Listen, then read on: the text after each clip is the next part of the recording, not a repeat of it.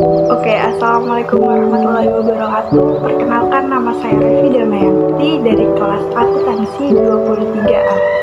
NPM saya 23412007. Oke, di sini saya bakal menjelaskan apa sih persamaan dasar akuntansi. Di dalam pembahasannya di sini, saya akan menjelaskan tentang pengertian, prinsip, konsep, contoh soal, fungsi, kesimpulan, serta referensinya. Di sini saya akan menjelaskan sebuah pengertian akuntansinya terlebih dahulu. Akuntansi berasal dari kata accounting, yang merupakan ilmu menghitung serta mencatat transaksi yang ada hubungannya dengan keuangan perusahaan. Akuntansi memang penting dilakukan sebagai metode pencatatan transaksi keuangan perusahaan agar nantinya tidak ada penyalahgunaan dana yang dianggarkan.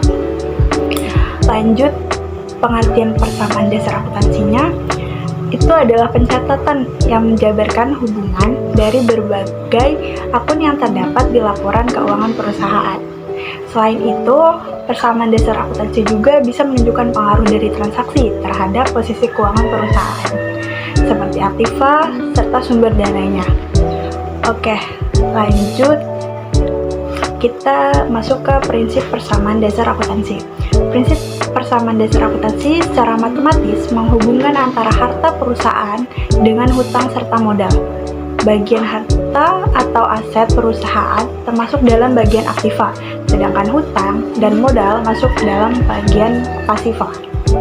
Oke, lanjut, di sini ada konsep persamaan dasar akuntansi berupa aset, kewajiban, serta modal. Aset itu hasilnya dari kewajiban ditambah oleh ekuitas. Kalau kewajiban itu dihasilkan dari aset dikurangi modal, sedangkan modal itu dari aset dikurang kewajiban. Untuk pengertian dari aset, kewajiban, serta modal, itu kalau untuk aset atau aktiva itu biasanya disebut harta atau kekayaan. Contohnya berupa bangunan, gedung, kendaraan, tanah, dan lain-lain. Lanjut ke kewajiban atau liabilitas, itu akun yang berisi tanggung jawab perusahaan terhadap pihak tertentu. Contohnya hutang perusahaan untuk mencari modal. Lanjut ke modal atau ekuitas, itu akun yang merupakan sisa kepentingan perusahaan setelah dikurangi dengan kewajiban. Contohnya pendapatan, beban, dan price. Oke, lanjut. Di sini kita ke contoh soal persamaan dasar akuntansi. Pada tanggal 5 September 2023, Nyonya Dewi membuka rekening bank atas nama usaha yang ia didirikan, yaitu Studio Kreasi. Sebagai modal awal, Nyonya Dewi menyetorkan dana sebesar 20 juta rupiah. Kemudian, pada tanggal 6 September, Nyonya Dewi membeli peralatan secara tunai senilai 10 juta rupiah. Bagaimana pengaruh transaksi tersebut terhadap persamaan akuntansi Studio Kreasi? Penjelasannya adalah transaksi setoran dana yang dilakukan diidentifikasi sebagai penambahan modal atau ekuitas. Itu kita tulisnya 20 juta di kas dan di modal. Kemudian pembelian peralatan secara tunai adalah transaksi yang mengurangi kas, namun jumlah aset peralatan bertambah. Jadi di kasnya dikurang 10 juta rupiah serta peralatannya bertambah 10 juta rupiah. Berdasarkan persamaan dasar akuntansi, aset harus sama dengan liabilitas ditambah modal atau ekuitas. Oleh karena itu, kolom kas yang berkurang akan menjadi 10 juta, sedangkan kolom peralatan bertambah 10 juta. Jika dijumlahkan seluruh komponen di kolom aset, jumlahnya sama dengan ekuitas atau modal. Oke, itu contoh pertama. Untuk contoh kedua, soalnya adalah pada tanggal 2 Maret 2023, Bengkel Jaya memperoleh pendapatan senilai 4.500.000 dari jasa servis. Kemudian pada tanggal 4 Maret 2023, Pak Hartono sebagai pemilik tunggal Bengkel Jaya menarik uang tunai senilai 500.000 dari perusahaan untuk keperluan pribadinya. Jelaskan dalam tabel bagaimana transaksi tersebut mempengaruhi persamaan dasar akuntansi Bengkel Jaya. Oke, di sini saya akan menjelaskan penjelasannya terhadap soal nomor 2. Untuk pendapatan sifatnya menambah ke modal dan kas. Sedangkan penarikan tunai untuk keperluan pribadi itu sifatnya mengurangi kas dan modal.